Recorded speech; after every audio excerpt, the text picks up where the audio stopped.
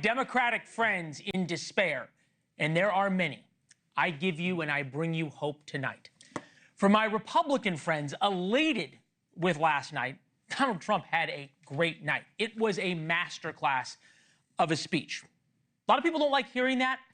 We call balls and strikes here. So there's a lot for Republicans to be happy about. But amid all the Democratic blunders and Trump wins, something really important happened last night, and it should make President Trump and Republicans very, very worried. Senator Elissa Slotkin, Democrat from Michigan, a freshman senator, she's only been there a couple of months, talked about Ronald Reagan. The first 2 minutes of her rebuttal to Trump is the game plan the Democrats should follow.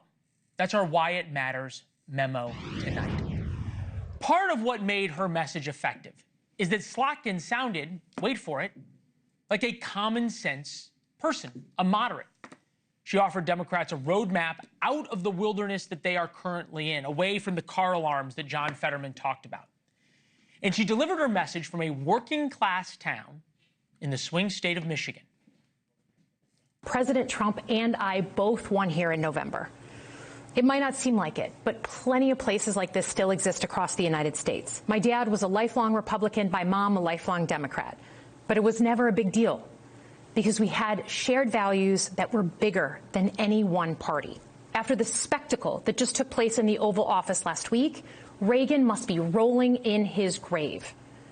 We all want an end to the war in Ukraine, but Reagan understood that true strength required America to combine our military and economic might with moral clarity.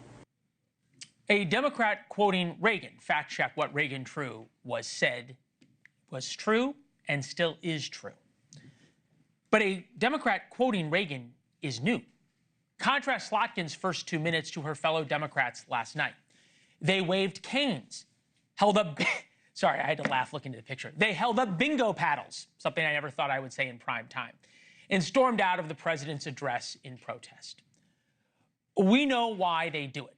Democrats are fundraising off of their unpopular antics. Congressman Melanie Stansbury wrote on X that me holding the sign that read, "This is not normal, join me in the fight," along with a fundraising link. She planned this for just this reason. Newsflash for Democrats, and this is true for Republicans, we'll get to them in a minute. Fundraising on Twitter is not real life. It's not what voters care about.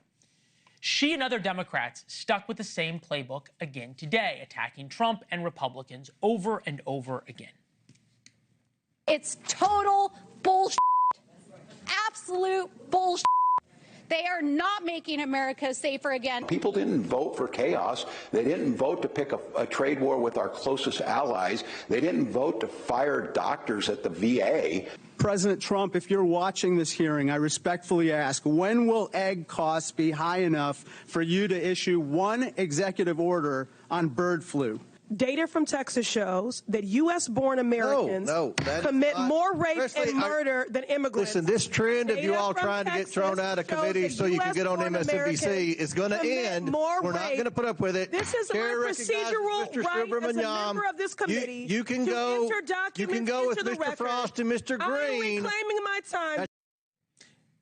All right, and points for James Comer for calling out Ayanna Pressley for exactly what that was. But he should let her go on, and here's why. The resistance isn't going well for Democrats.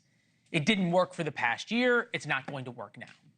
We'll be the first to say not everything Trump does is good. We say it over and over again on this program. But Democrats can't figure out how to fight him. Case in point, Virginia's Mark Warner talking about the historically low number of border crossings. The notion that the numbers are down, which I think is good for America, and I think the vast majority of Americans realized President Biden didn't have a secure enough border. Those numbers are down. That's good news for our country. But the idea that that becomes an ability to sanction ICE to have, unfettered immigration raids doesn't make sense.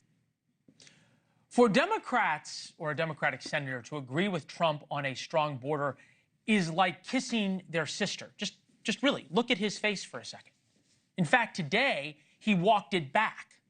And here's why, a big problem for Democrats. There's no Democratic leadership.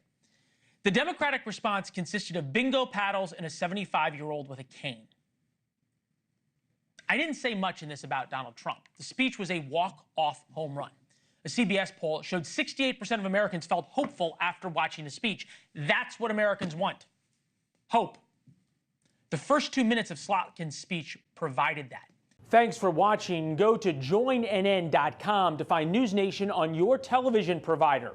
And don't forget to click the red subscribe button below to get more of NewsNation's fact-driven, unbiased coverage.